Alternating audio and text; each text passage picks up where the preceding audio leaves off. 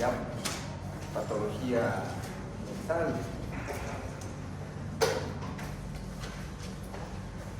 Vamos a hablar de trastornos de ansiedad. Y antes de hablar de trastornos de ansiedad hay que entrar a la parte, a la descripción del síntoma psicopatológico de ansiedad.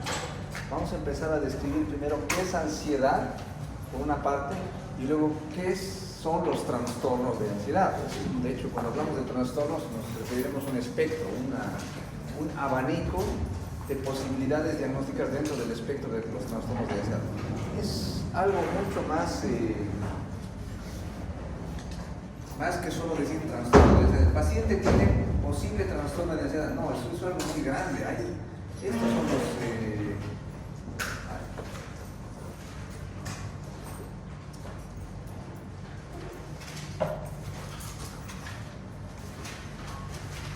estos son los trastornos de ansiedad. Miren, todo el espectro de trastornos de ansiedad. No estoy moviendo yo nada, pero parece que en algún momento grabé así. Desde trastorno de ansiedad generalizada, estrés postraumático, obsesivo compulsivo, fobia específica, eso es un montón de posibilidades, ¿no? Ya, vamos a llegar a eso, pero antes tenemos que explicarles qué es la ansiedad. En psicopatología han visto la ansiedad como un síntoma simplemente de una parte de la función mental. ¿De qué parte de la función mental depende? O sea, cuando decimos ansiedad, afecta la ansiedad. Hablamos de que afecta la conducta, afecta la memoria, la ansiedad. ¿Qué? El pensamiento también. No. ¿Qué moviliza? ¿Qué parte de la función mental afecta la ansiedad? Afecta la actitud, la memoria, la senso-percepción, el pensamiento, las emociones, sentimientos. ¿Ya? Es una parte de la función mental que tiene que ver con el afecto. ¿Ya? Moviliza el afecto. El afecto es una función mental, en general, no es una función mental superior, pero sí es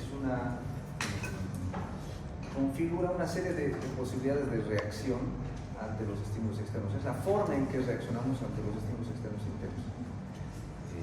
Y se modula en función a siempre dos polos. ¿Ya? Cuando hablamos de afecto, se mueve en base a dos polos. Por ejemplo, para decir miedo, hay tranquilidad, pasividad. Para decir amor, por ejemplo, hay lo opuesto del amor, odio. De la depresión, vamos a decir que es la hipertimia, ¿no? De la hipotimia es la hipertimia, ¿no? De la depresión es la manía o la hipomanía. De la depresión grave, la manía.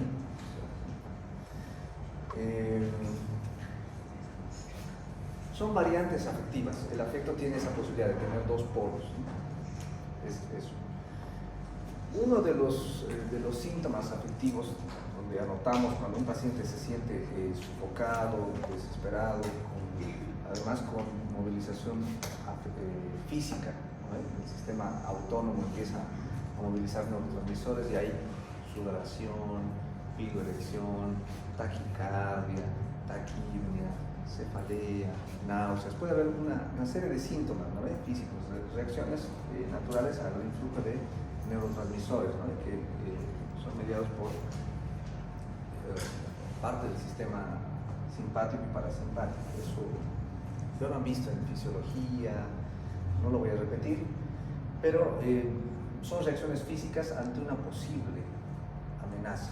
Es decir, sentir ansiedad puede decirse que es hasta fisiológico.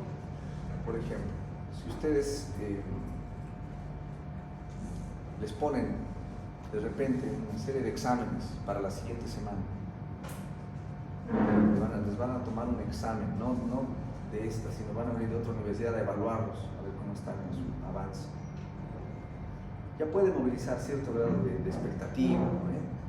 La posibilidad de o finalmente que ahora van a dar examen, el examen se recorrió y va a ser de sorpresa ahora. Ya, es diferente, ¿no? Se genera cierto incluso temor. Entonces resulta que ante cualquier posibilidad de amenaza real o imaginada, nuestro cuerpo reacciona de forma expectante, generando, abriendo los neurotransmisores y alistando todo nuestro sistema nervioso, todo nuestro sistema musculoesquelético listo para la posibilidad de una reacción ante una posible amenaza real.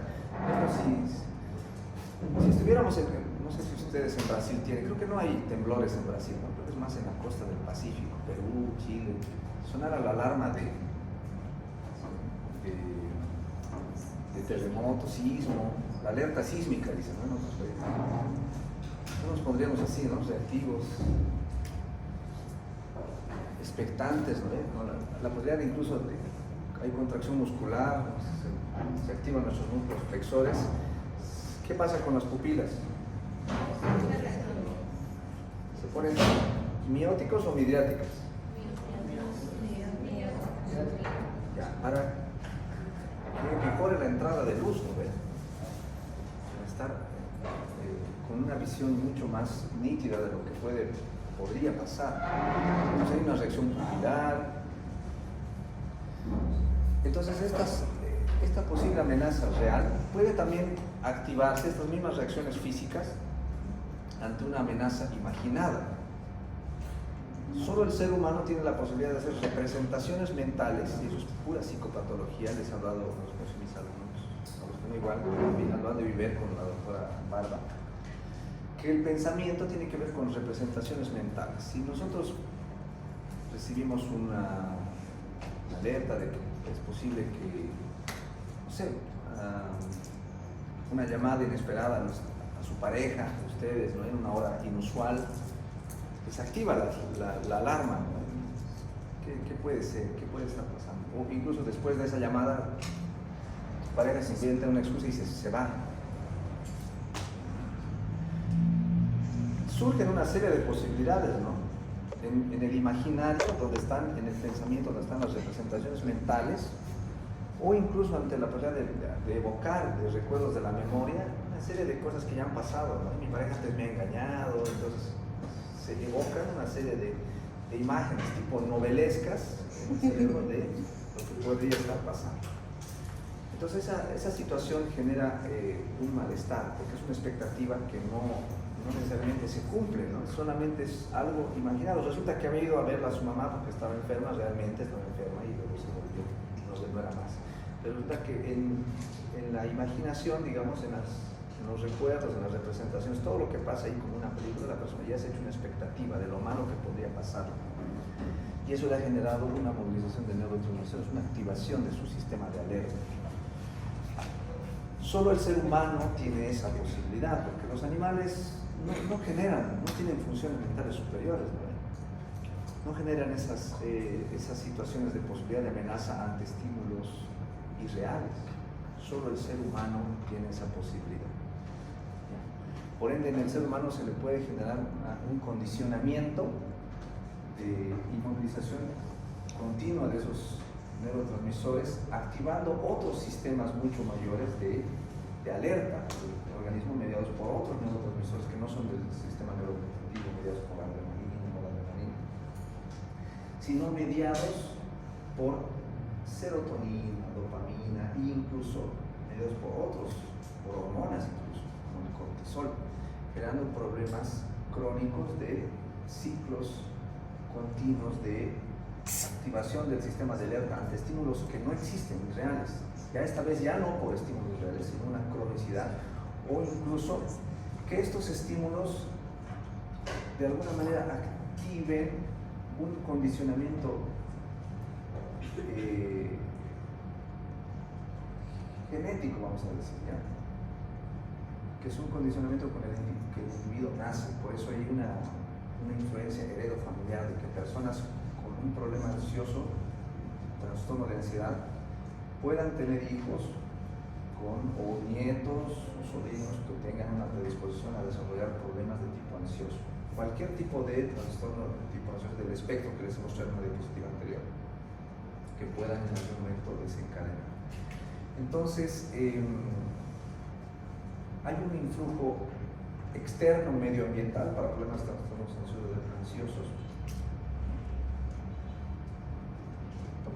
y hay una condición física para responder ante esos estímulos y hacer una cronicidad, generando un problema que ya genere un mal funcionamiento, que el paciente ya no sea disfuncional, que ya no rinda laboralmente, que abandone su actividad como madre, como esposa, deje de cuidarse a sí misma, deje de atender sus actividades rutinarias a causa de estos síntomas repetitivos de ansiedad. Además pueden acompañarse de otros síntomas somáticos, insomnio, accesorios a los síntomas ansiosos. Puede eso coexistir. Entonces,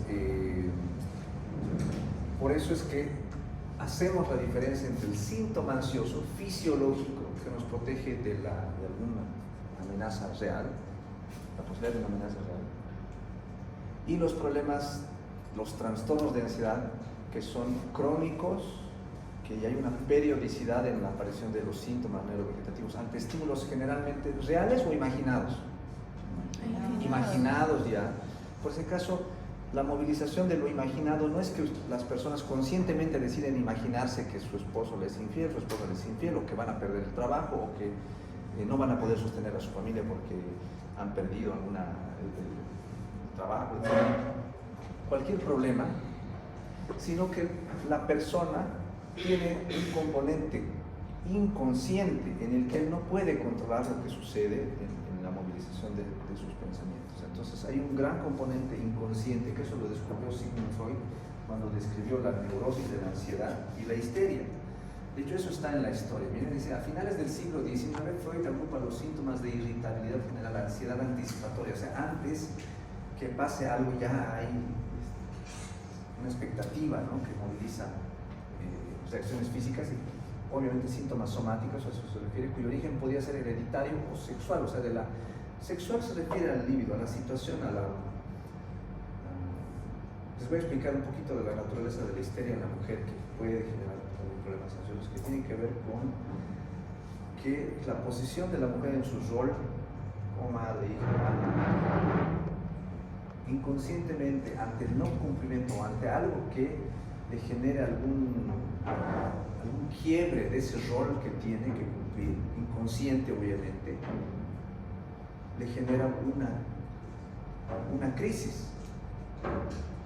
Entonces la mayor parte de las crisis ansioso-depresivas, también en varones se da por otras razones en el varón, igual hay neurosis en el varón, y que genera ansiedad también masculina, o histeria masculina, realmente se da por esas razones. Generalmente, por decirles que los trastornos de ansiedad sí son más frecuentes en mujeres por esa razón, porque la expectativa del rol que genera en la mujer, el no cumplimiento, porque por ejemplo se rompe la pareja, le interesa la pareja en sí que se fue a la mujer, generalmente le interesa a ella que ha perdido su rol de mujer, de pareja, del centro de atención.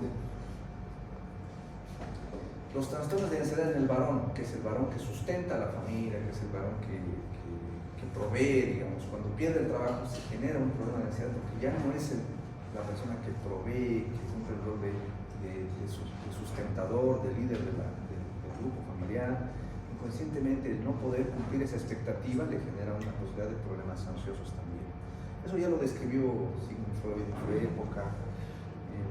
Entonces hay un factor físico y un factor medioambiental muy importante que hay que tomar en cuenta. Obviamente dentro de ese factor medioambiental, quizás que no responde a mediadores neuroquímicos necesariamente, también se incluye esta parte ya psíquica de la estructura de la funcionalidad. Aquí estamos hablando, entre otras palabras, si hablamos en términos técnicos, si fuera un celular, el software sería este, y el hardware sería todos los neurotransmisores, la parte esta que ustedes tienen aquí, el sustento neuroanatómico por el cual se activan mediadores de distintos neurotransmisores ya para problemas de trastornos de ansiedad.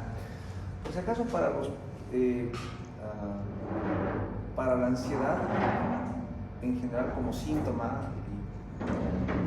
que nos pone en alerta y en vigilia, digamos, expectantes para un problema, un sistema de protección, se activa solamente el sistema neurovegetativo, ¿ya? Y no llega a activar estos sistemas más, lo que ven aquí es el sistema límbico, que están donde entran estructuras más como cuerpo calloso, de aceptar, son varias partes, pero en realidad de entre todo este sistema límbico solo la amígdala absorbe gran parte de esa frustración y generando impulsos neuroquímicos que generan cronicidad y provocan los trastornos de ansiedad. ¿Ya?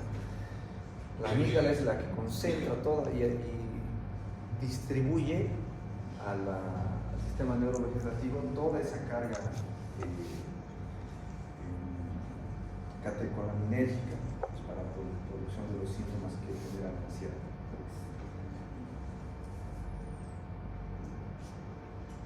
Puede ser un estímulo real o imaginado, ¿no? A través del tálamo anterior, el núcleo lateral, la amígdala, luego es transferido al núcleo central. Entonces la parte neurofisiológica a la que tampoco me interesa mucho entrar, pero es parte de la teoría, digamos. El amígdala entonces se comporta como el punto central de diseminación de la información, coordinando la respuesta autonómica y de comportamiento. Si hay una respuesta comportamental ante la ansiedad, la persona va a poder agitarse, va a poder movilizar afecto también, frustrarse, irritarse, pasar de la tristeza al llanto, aparte de las respuestas neurovegetativas. Entonces el estímulo externo hacia el tálamo, sí, el tálamo recepciona, pero esto va a la corteza. O sea, cuando hablamos de corteza hablamos de funciones mentales superiores. Ahí está la parte del pensamiento, las representaciones mentales, lo imaginado, y la memoria también. Cuando hablamos de corteza hablamos de que hay porciones corticales a nivel frontal, temporal, parietal, que también se movilizan, ¿no? Y se activan para poder ir a los núcleos más ventrales, digamos, más hipotalámicos, y ahí llegando a la amígdala, que es la que va a disparar todo el estímulo a nivel del sistema neurovegetativo. Y si quieren desglosar esto, lo leen con calma. Igual las diapositivas no es que no se las voy a dar, se las voy a dar, pero es más importante de algunas cosas que yo digo en clase, ¿no? Y aquí van a poder ver, cuando lean las diapositivas con más calma, que a partir de la amígdala, qué parte, qué blanco anatómica dentro del hipotálamo se activa, tiene muchas estructuras del hipotálamo, y qué reacción, qué expresión específica da. Por ejemplo, la activación del hipotálamo lateral dice que activa en una activación simpática, produciendo taquicardia, palidez, dilatación pupilar, tensión arterial. El núcleo motor dorsal del vago, núcleos ambiguos, la activación parasimpática produciendo micción, defecación y bradicardia, más bien disminuyendo, ¿no? Taquipnea y disnea bajo la activación del núcleo parabraquial, y así. Cada porción anatómica produce una reacción que todo en su conjunto produce un síndrome ansioso, lo que ven en la derecha. Bueno, ¿y qué hormona media ya los problemas de ansiedad crónicos que nosotros debemos ya diagnosticar en psiquiatría como cumplen criterios y de los cuales la disfuncionalidad es el mayor, el principal síntoma, aparte de los síntomas ansiosos? Son la hormona cortisol, es la hormona que comúnmente se asocia al estrés crónico, la que ya vamos a diagnosticar. Ahora vamos a dar algunos criterios de los trastornos más comunes. Tampoco no son todos la lista que han visto, porque gran parte de ellos lo vemos más los especialistas. Los más comunes los vamos a desarrollar porque los que van a ver ustedes en medicina general. Entonces, ante situaciones de estrés prolongadas en el tiempo, el propio cuerpo genera cortisol. El hecho de tener esta sustancia en el cuerpo no es negativo en sí mismo, pero el exceso de cortisol sí genera daños más duraderos. Dentro de las funciones biológicas del cortisol se encuentra la regulación de procesos como el sueño, niveles de inflamación del cuerpo, glucosa, sangre, movilización de proteínas, carbohidratos, grasas. O sea, imagínense que ya a nivel hormonal ya hay movilización de no solamente reacciones vagales, digamos, ¿no? Sino que ya el cuerpo va modificando su dinámica, su metabolismo, a través, pues, obviamente, de una secreción anormal de cortisol. Por eso es que ya los problemas ansiosos, depresivos cursan también las alteraciones del sueño. El paciente le va a decir: no duermo, por la parte que tengo, desde que me han diagnosticado cáncer, no duermo. Ya no me concentro en mi trabajo, ya no puedo hacer mis cosas. obvio, el problema ha detonado una serie de expectativas reales e imaginadas, entre reales e imaginadas, que han activado una serie de funciones, incluyendo el cortisol, provocando alteraciones del sueño, que no tienen que ver con el cáncer en sí mismo, sino con el proceso ansioso que ya está activo. Entonces,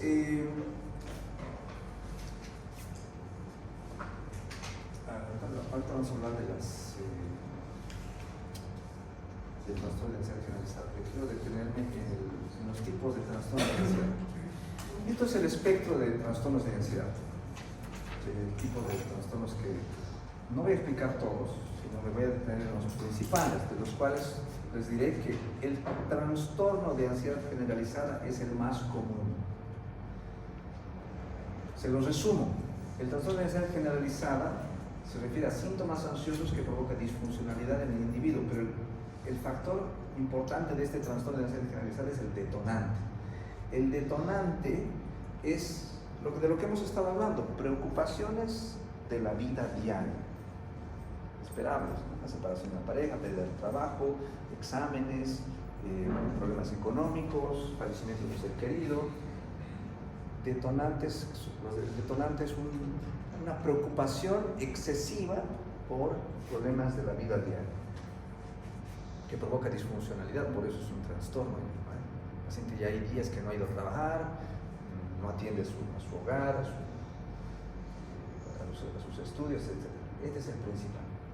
Generalizada se dice. Trastorno de ansiedad generalizada, o se abrevia como TAG. Es el principal, el más común, el que ustedes van a ver en práctica médica. No necesitan dedicarse a la psiquiatría o a la psicología para ver eso, lo van a ver. El paciente va a venir con insomnio, con lo que les decía al rato, ¿no? El diagnóstico con cáncer. Luego, van a ver esto en la emergencia, pacientes con ataques de pánico, crisis de angustia ya más exageradas, con la posibilidad de sofocarse, perder el control, incluso situaciones. Lo mismo, síntomas ansiosos, pero tan intensos que el paciente siente la sensación de colapso total, de que va a morirse, o que va a desmayarse, o que va a perder el control. Ese es el segundo en frecuencia. El resto los voy a describir, pero no son muy comunes, ¿ya? El siguiente que van a ver, por si acaso sí, el trastorno por consumo de sustancias provoca un tipo de ansiedad que puede a veces confundirse. A veces el craving del consumo de las sustancias, o sea, la obsesión por consumir, puede detonar procesos ansiosos, que es una cosa eso, ¿no? Pero no significa que el paciente tenga un trastorno de ansiedad por consumo, significa que hay síntomas que son ansiosos producto del ciclo adictivo nomás. El paciente se siente ansioso, pero cuando consume sus sustancias se calma su ansiedad. Entonces no es un trastorno de ansiedad por consumo de sustancias, es cuando, aparte del consumo de sustancias, el paciente tiene crisis de neuroquímicos, cuando no consume también, por si acaso, y no se le calma con consumo también. Vamos a poner en mejor y en tercer lugar el trastorno por estrés postraumático. Ustedes pueden ver esto en pacientes que han sufrido un accidente de tránsito, pacientes que han sufrido abuso sexual. Posiblemente que lo vean ustedes en su práctica médica. El trastorno por estrés postraumático es una cosa que son síntomas ansiosos ante la posibilidad de repetir una experiencia traumática imaginada. Obviamente el paciente tiene automatismos y disociaciones. ¿Se puede ver la agresividad? Postraumáticos sí, pueden reaccionar de manera agresiva si es que han recibido agresión, si el trauma que es de agresión física, ellos pueden responder de forma agresiva ante una persona que no les ha agredido, digamos, agredir a la enfermera, tener una especie de reacción automática, se llama disociación, eso reacciona de manera autónoma, pensando que es alguien que le va a hacer daño y reacciona de manera algo. Puede simplemente llorar, en pacientes con abusos sexuales, el llanto, el mutismo, ¿no? El paciente no habla durante un tiempo y se manifiesta con crisis de llanto o ansiedad, ¿no? Siente que cuando las personas se van a acercar, van a tener algún tipo de acercamiento de tipo sexual o abuso, entonces reaccionan de manera ansiosa. crisis. Entonces serán los más frecuentes: trastorno de ansiedad generalizada, crisis de angustia y estrés postraumático, de los cuales voy a describir los tres y alguno que otro más también, que sea importante. Pues vamos al trastorno de ansiedad generalizada. Es como, bueno, es una enfermedad, es un trastorno crónico. Dice, esto es importante: el tiempo en el que el paciente puede estar afectado entre crisis y crisis, porque a veces las crisis disminuyen de intensidad, aumentan a veces en periodos de estrés, en periodos de mayor estrés, quizás laboral o familiar, pueden exacerbarse estos síntomas, pero se dice que los pacientes pueden estar afectados hasta 12 años. Imagínense, si ha empezado con crisis de ansiedad desde que ha tenido su hijo a los 30 años, una persona varón empieza con crisis de ansiedad, no puede dormir, síntomas neurovegetativos, disfunción laboral. Se le hace el diagnóstico y el paciente hace tratamiento y un tiempo mejora, está un año con tratamiento, pero luego él abandona el tratamiento. Después de unos 6 meses vuelve a presentar síntomas. Hace tratamiento durante un año esta vez, o medio año esta vez, luego vuelve a abandonar y vuelven a 2 años a presentarse los síntomas. Y así puede estar el paciente entre que se exacerban y vuelven los síntomas hasta un periodo de 12 años. Hay periodos en los que los síntomas son tratables y el paciente puede estar bien, puede ser funcional nuevamente, pero es posible, es muy probable que en un lapso grande puedan, estadísticamente ese es el tiempo, ¿no?, en que podrían volver los síntomas. Y irremediablemente después de ese lapso, el paciente llega a los 45 años, se estabiliza su situación económica, se estabiliza su situación afectiva, sentimental, y dejan de haber los episodios. Sin necesidad de tratamiento, el paciente simplemente deja de necesitar medicación farmacológica y se estabilizan los síntomas, no vuelve a los síntomas. Entonces, suele resolverse el problema. La prevalencia de la población general es del 1.5% en un año y del 5% considerando la vida del paciente. O sea que de aquí, si son 50, el 5%, que es el lapso de la vida, unos 3 de ustedes va a desarrollar algún tipo de trastorno de ansiedad generalizada. Todos. En clínicas de ansiedad esto puede subir al 12%. En otros países hay clínicas de ansiedad. Los pacientes se internan por crisis ansiosas. Aquí en Bolivia no sí, se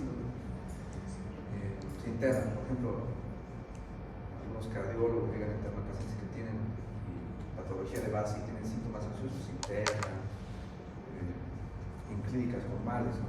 Y algunas clínicas de reposo tienden a internar también pacientes con problemas ansiosos. Y el sexo femenino es el más afectado. Eso ya lo hemos visto. El trastorno de ansiedad generalizada son estos síntomas neurovegetativos ante la presencia de, y estos son los criterios que van a ver ustedes en el libro, en el texto de Kaplan que les he dado, van a ver esto. La ansiedad o preocupación excesiva por problemas habituales, ¿no? Trabajo, estudios, relaciones de pareja. Los síntomas que tienen aquí, aparte de los neurovegetativos, miren, aquí está: inquietud, fatiga, dificultad para concentrarse, irritabilidad, tensión muscular, alteraciones del sueño. Aparte de los síntomas neurovegetativos, 3 o más de estos síntomas por al menos 6 meses. Hay disfuncionalidad, en la mayor parte no está listo. La E, todos los de aquí en adelante, en los temas sucesivos que me vaya a tocar darles, va a haber siempre un criterio diagnóstico para disfuncionalidad, siempre. Quizás hay un tipo de trastorno psicótico que no tiene disfuncionalidad, eso lo llevaremos en psicología, pero la mayoría sí lo tiene, ¿ya?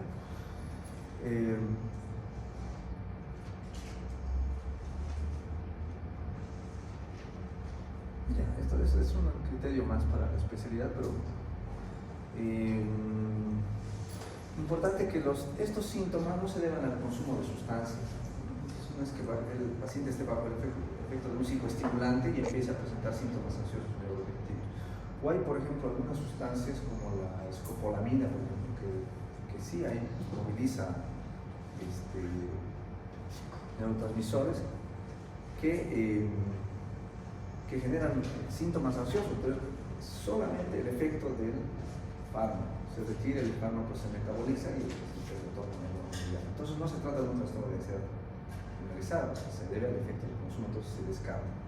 Se debe descartar que los síntomas no sean producidos por sustancias, eso es. Bueno, vamos a las crisis de angustia, el segundo en frecuencia de este dicho, ¿verdad? Aquí hay los síntomas neurovegetativos que están en todos los criterios, pero vamos a aumentarle dos de relevancia que ustedes los van a atender, ustedes los van a ver esto en la emergencia, cuando hagan el internado, cuando hagan los turnos respectivos, cuando ya trabajen en un servicio, a los que ya hayan hecho rotado, han estado voluntarios en un servicio de emergencia, de ver. Es que vienen con hiperventilación, que piden oxígeno.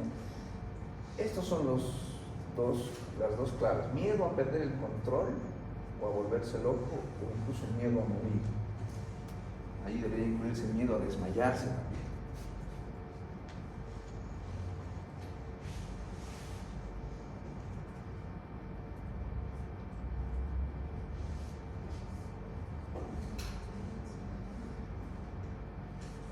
A veces puede el paciente llegar a tener una lipotimia, o sea, a desmayarse en casos extremos, ¿no? Pero requiere una atención inmediata. El paciente no puede compensar esto, se para, digamos que le viene una crisis de este tipo, ¿no? Cuando está conduciendo, entonces puede provocar un verdadero accidente de tránsito o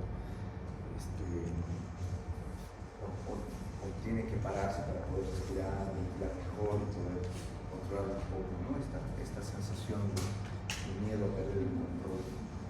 Pues requiere una atención inmediata, generalmente cede ante ansiolíticos. Ahorita vamos a hablar sobre el tratamiento y ahí voy a detener un poco más. Pero quiero hablarles sobre algunos trastornos más comunes. Pero vamos a ver el trastorno de estrés postraumático, que les había dicho que son los más comunes. Ustedes van a ver esto, ya les he dicho, en las situaciones, abuso o algún paciente que haya sufrido algún accidente anterior, ¿no? Se encuentra con un trastorno de estrés postraumático. A veces puede tener despertares bruscos en la noche. Esos despertares son como si se protegiera de algo, como si sufriera una amenaza, incluso estando despierto puede sucederle, ¿no? Son estos sucesos que se describen aquí, no sé si está aquí.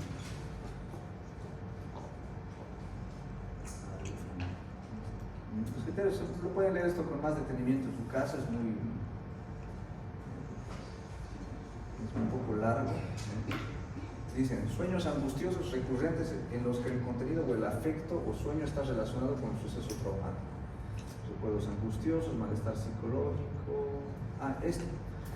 Reacciones disociativas, por ejemplo, escenas retrospectivas en las que el sujeto siente o actúa como si se repitiera el suceso traumático, esto estando despierto. Estas reacciones se pueden producir de forma continua y la expresión más extrema es una pérdida completa de la conciencia del entorno presente. O sea, se aísla el paciente de la situación real y piensa que está reviviendo la escena. Esto se ha visto mucho en las personas que han estado en la guerra y que sienten que puede estar en peligro su vida y reaccionan como si se estuvieran protegiendo de una bala, de un enemigo, de una granada, incluso se pueden echar. Se describió esto en la posguerra, ¿no? En la Segunda Guerra Mundial, de los sobrevivientes, ¿no? de los soldados sobrevivientes que regresaban.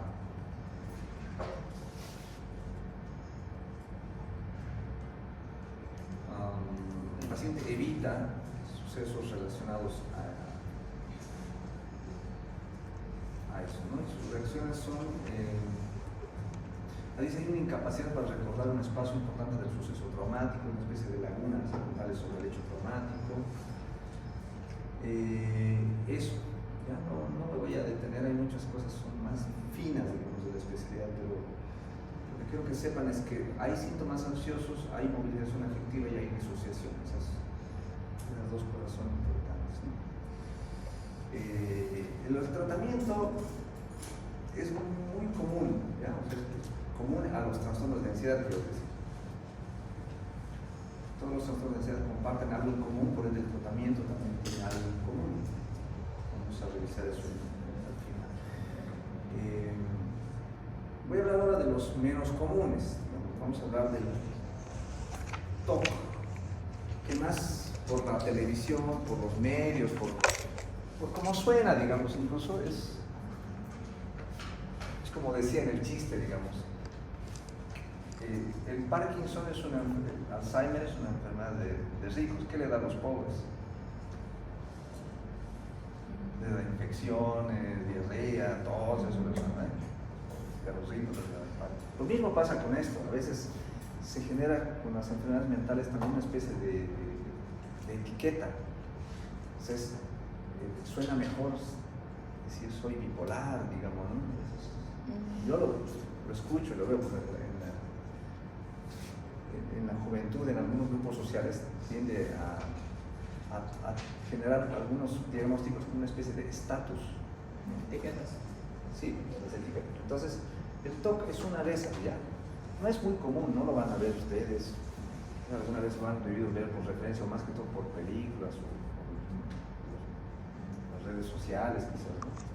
Pero el TOC no es muy común. Es algo más de exclusión. El trastorno obsesivo compulsivo hay que diferenciarlo del trastorno de personalidad obsesivo compulsivo. ¿Quién está grabando? Graben este. No sé si porque en la anterior clase decían grabar, no sé, por eso les pregunto. ¿Sí están grabando? Bien. Hay que diferenciar el trastorno de personalidad obsesivo compulsivo en el que la persona tiene una rigidez por el orden. Eso es un trastorno de personalidad obsesivo-compulsivo. No sé si conocen personas así en su vida. Eso sí es común, ¿no? Docentes, amigos, personas que les gusta el orden, que se cumpla algo, que se ordene el de la A a la Z, de colores, que cumpla el espectro de colores, ¿no? Que las cosas cuadren, que los lápices estén bien afilados de todos. Ese es el trastorno de personalidad obsesivo-compulsivo. Algunos tenemos rasgos de eso, algunos podemos hacer un problema de tipo trastorno de personalidad en el que ya se nos genera, por ser rígidos, nos genera algún tipo de problema laboral, incluso hasta despido, no sé. Pero ese es el trastorno de personalidad. Cuando hablamos del trastorno obsesivo-compulsivo, estamos hablando ya no de un problema de personalidad, estamos hablando de algo casi, no tiene casi nada en común en relación al trastorno de personalidad.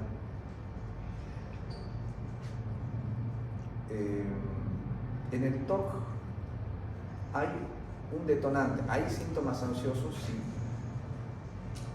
En la conducta hay rituales y compulsiones, pero lo más importante,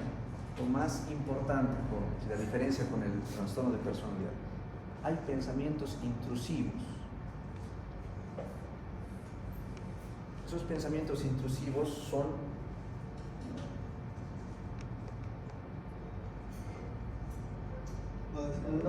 mayores a unas preocupaciones habituales de la persona. Por ejemplo, yo puedo pensar que estoy sucio porque no me lavé, digamos, las manos, pero otra cosa es ver que estoy contaminado por algo y no poder continuar, dar mis clases porque y voy al baño y me voy y me lavo como cirujano, así con cepillo hasta sacarme sangre. ¿Alguna vez han hecho técnica quirúrgica? Sí. ¿Se han lavado alguna vez hasta dejarse rojo? ¿Así les han enseñado a lavarse? Sí. Un paciente con TOC va a hacer eso cuando no va a entrar a cirugía, lo va a hacer de forma rutinaria. Por eso hay rituales que cumplen. Por eso es como que por partes no debería estar dentro del trastorno dentro del espectro del trastorno de ansiedad, porque lo único que cumple es que hay sí síntomas ansiosos, pero lo que realmente moviliza es la psiquis. Hay una psiquis perturbada en el TOC. Les puedo decir casi delirante. De hecho, yo no conozco ningún TOC de los que yo haya visto que no sea psicosis a ese punto. Entonces, nunca no se etiqueten por TOC, porque realmente el TOC es una persona posiblemente que tenga problemas psicológicos. Doctor, ¿y si va a ver? O sea, ¿va a poder él ver cosas que sí, no? Sí, las va a ver y va a necesitar lavarse, descontaminarse, tener un paciente psicótico, obviamente, que está pasaba 3 horas y cortaba los papelitos en pedacitos, los ponía según en la taza o se los ponía también en la mano para descontaminarse, según. Pero era un paciente psicótico. Luego tenía otro que tenía unas características similares, pero en el contexto de una psicosis.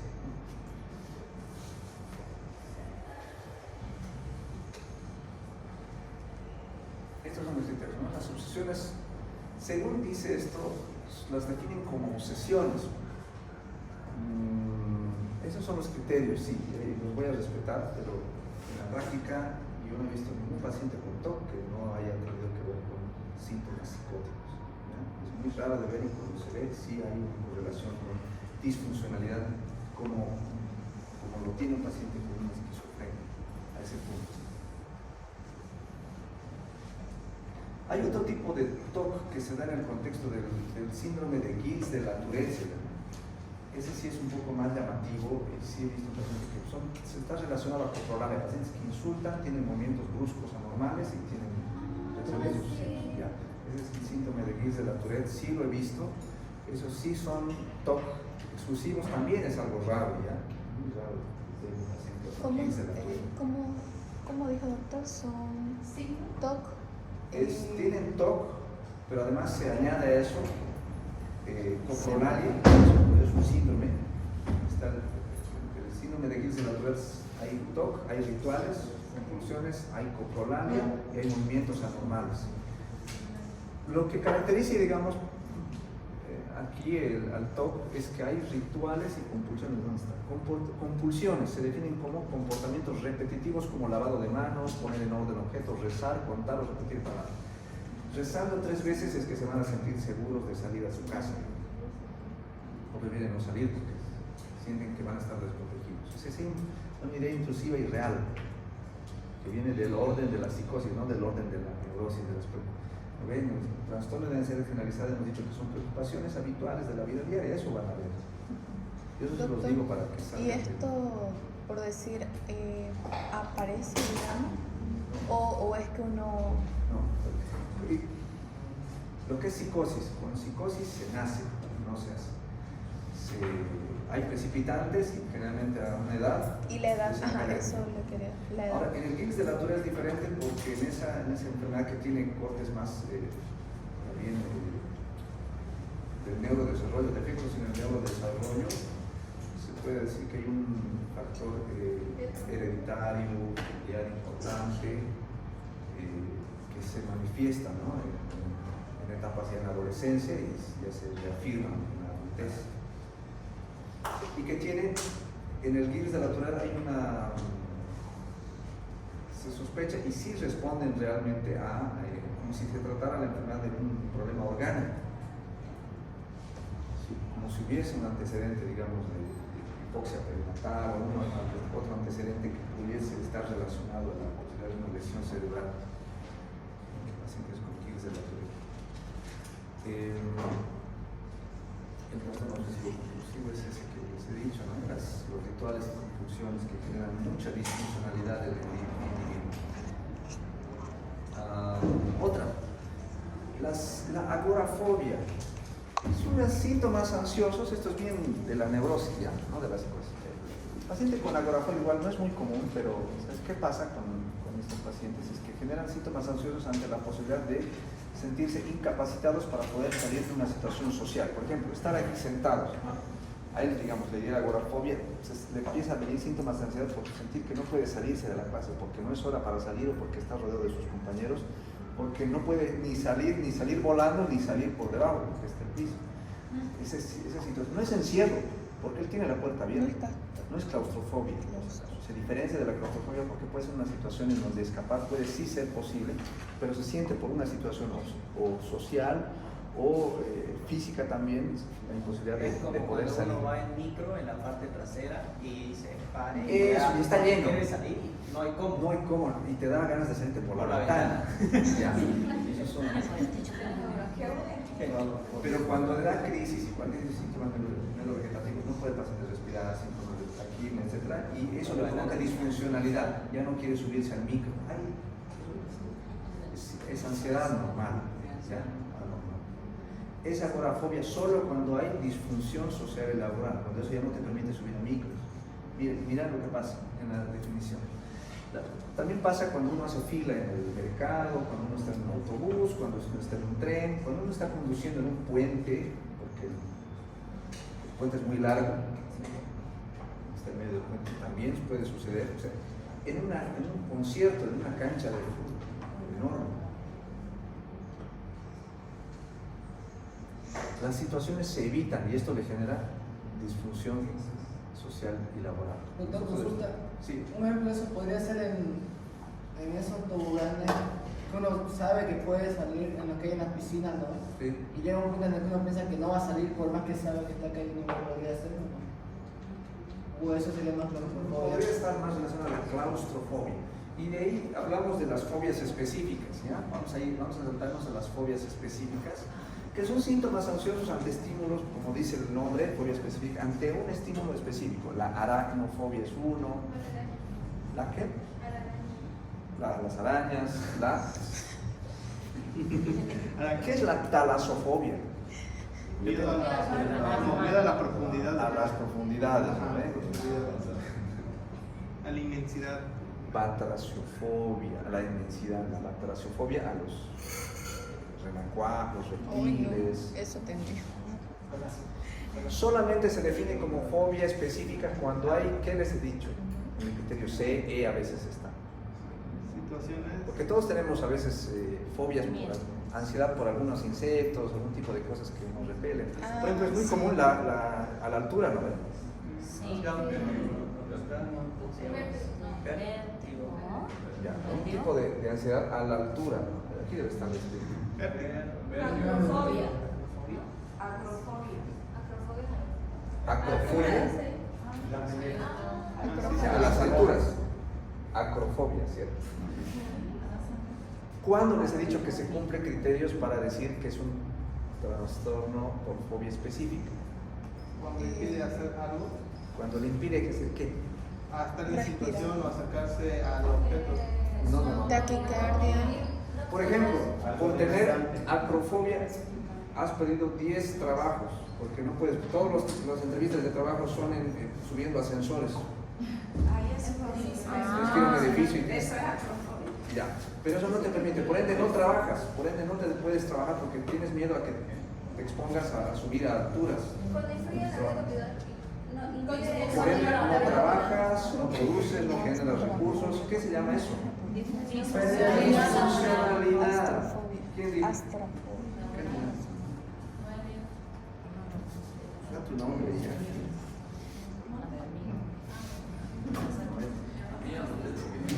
Disfuncionalidad social y laboral. Todos los criterios que se hizo tienen que tener, todos los trastornos tienen que cumplir ese criterio, si no se habla de trastorno. Todos tenemos derecho a sentir repulsión por insectos, por alturas, pero no se define como fobia ni requiere tratamiento psiquiátrico. ¿Y si es a los relámpagos? Igual al 3. ¿9? Solo se define como fobia específica, entonces, o como un trastorno que requiere tratamiento psiquiátrico con fármacos incluidos cuando hay disfunción social y laboral. Eso implica que a medida que el paciente ya requiera un tipo de intervención farmacológica. De eso voy a hablar ahora. Todos los trastornos de ansiedad cumplen una... En psiquiatría vamos a ver, y en medicina funciona también no sé si es memotécnico, que nos ayuda a saber cuál es el grupo farmacológico que corresponde. Por ejemplo, si tenemos epilepsia o convulsiones en un paciente, ¿qué tipo de fármacos utilizamos? Anticonvulsivos o antiepilépticos. Si tenemos enfermedades virales, COVID, antivirales. Incluso en psiquiatría también se usa. Si tenemos psicosis, ¿qué usamos? Si tenemos depresión. Les cuento que en lo único que no funciona ese memotécnico es en la ansiedad. ¿Qué debería ser teóricamente para la ansiedad? Ansiolítico. Les he dicho que no se cumple aquí eso. ese mnemotécnico en trastornos de ansiedad. Más bien no damos antidepresivos, no damos ansiolíticos en trastornos de ansiedad, damos antidepresivos, ¿ya? Creo que los antidepresivos solamente de nombre tienen lo de antidepresivos, porque en realidad los fármacos que son químicos que promueven modificaciones en la neurotransmisión nerviosa. ¿Ya? Lo que son en realidad los antidepresivos son neuromoduladores de la función no solo serotoninérgica, también dopaminérgica, principalmente serotoninérgica, ¿ya? Pero también median respuestas o neuromodulan respuestas a nivel presináptico en el sistema límbico, precisamente donde hemos visto al principio, ¿no? En la amígdala, todo ese sistema donde se activan los sistemas de respuesta para síntomas ansiosos, median la regulación de neurotransmisores como serotonina, noradrenalina, dopamina, principalmente.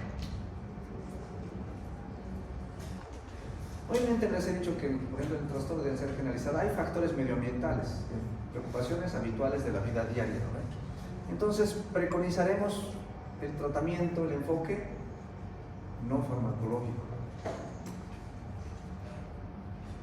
Porque es importante escuchar al paciente, es importante esa parte medioambiental, ¿no? Los detonantes, decir a la paciente que se tranquilice, que el proceso de aceptación de pérdida de su pareja va a durar un tiempo y luego eso ella se va a resolver eso automáticamente y eso no va a durar. Ella va a terminar aceptando, va a vivir su duelo y en un momento ella va a poder estar mejor. Pero mientras tanto va a requerir que haga una atención, quizás recibir medicación psiquiátrica o medicamentos que le ayuden a superar esa etapa. Entonces, la parte de psicoeducación es importante. Si derivamos a un paciente a una terapia psicológica también, de hecho un gran porcentaje de estabilización de los síntomas ansiosos se dan no solamente por el factor farmacológico, sino una gran parte, diría hasta un 60% de éxito en el tratamiento, algunos dicen que hasta un 70% por un tratamiento, un enfoque no farmacológico, acompañado de ese 30% o 40% que es el enfoque farmacológico. Ambas cosas de la mano tienen un éxito enorme en el tratamiento. Solamente lo farmacológico va hasta por ahí, solamente lo psicológico va hasta por ahí también, solamente la terapia combinada entre psicoterapia y tratamiento farmacológico tiene mejor efecto a largo plazo, ¿ya? ¿Qué tratamiento ansiolítico se da a largo plazo de forma de manutención? Son los antidepresivos, como los nuevos antidepresivos que son los inhibidores selectivos de la recaptación de la serotonina, que son el escitalopram. De hecho, el más antiguo de los primeros ISRS que han salido es la fluoxetina, que está desde los 80, o sea, hace 40 años que ya hay antidepresivos. La fluoxetina tiene menos efectos adversos que los anteriores grupos farmacológicos, como los IMAO, los inhibidores de la monoaminoxidasa, eran otro grupo farmacológico. Y los tricíclicos son otro grupo farmacológico de antidepresivos también que se usaban antiguamente, que tienen un poco de efectos adversos a nivel cardiovascular. Ahora se usan más estos. De hecho, la fluoxetina es el antidepresivo más estudiado hasta hoy en día, quizás más seguro de usar, porque ya se saben los posibles efectos adversos, que no son muchos. Es el de los antidepresivos más nobles de los demás grupos farmacológicos, o de los demás fármacos, e incluso de los otros grupos farmacológicos sería el más noble de usar. Una dosis de 10 miligramos día, porque realmente viene de 20, o sea, la mitad. 10 miligramos día ya tiene un efecto beneficioso de tipo ansiolítico y de forma duradera. Las benzodiazepinas solo se usan en caso de crisis de ansiedad, síntomas neurovegetativos muy intensos. En crisis de pánico debe usarse sí o sí, porque las benzodiazepinas son ansiolíticos de acción inmediata, pero tienen posibilidad de hacer tolerancia, y la tolerancia es una forma de acostumbramiento, digamos, del cerebro a una dosis habitual y generar mayor expectativa, mayor dosis para obtener el mismo efecto ansiolítico. Se prefiere ya no usarse muchas benzodiazepinas, sino más bien usar antidepresivos. En trastorno de ansiedad generalizada, antidepresivos. Solamente si hay insomnio, se usa durante un par de semanas ansiolíticos o benzodiazepinas. En la crisis de pánico, sí o sí, el tratamiento para las crisis deben ser benzodiazepinas. Generalmente benzodiazepinas de acción intermedia, como el alprazolam, el ketazolam, el clonazepam y el bromazepam, que son los que están disponibles aquí en nuestro medio. El clonazepam y el diazepam, el lorazepam, son benzodiazepinas de acción prolongada, no tienen mucho efecto ansiolítico, se prefiere no usar. ¿Ya? Más que todo solamente cuando hay insomnio se usan en baja dosis, durante poco tiempo. Estos se pueden usar durante un poco más tiempo. Vean que algunos de estos son un poquito gastrolesivos, algunos requieren algún tipo de protección gástrica durante un tiempo. Y benzodiazepinas de acción corta, como hay uno que se usa como inductor anestésico, el midazolam, que se usó mucho en la época del COVID, donde todos buscaban. No se usa, ¿ya? No se usa en psiquiatría de forma rutinaria, no se usa. Para el trastorno de estrés postraumático se puede usar antidepresivos, pero se quieren a veces el uso por el tipo de pensamientos intrusivos, dosis de antipsicóticos, ¿no? En combinación con antipsicóticos. En las fobias específicas también son trastornos de ansiedad que requieren antidepresivos, lo mismo que los trastornos de ansiedad, la agorafobia y la ansiedad por consumo de sustancias también antidepresivos. ¿En cuál de estos tipos de trastornos de ansiedad que he descrito ahora se usan, a diferencia de antidepresivos, otros grupos farmacológicos que no son antidepresivos, que se debe utilizar otra cosa que no sean antidepresivos? Estoy repasando. ¿Qué tipo de trastorno de ansiedad de los cuales he hablado hoy no se usan antidepresivos, sino debe usarse otra cosa?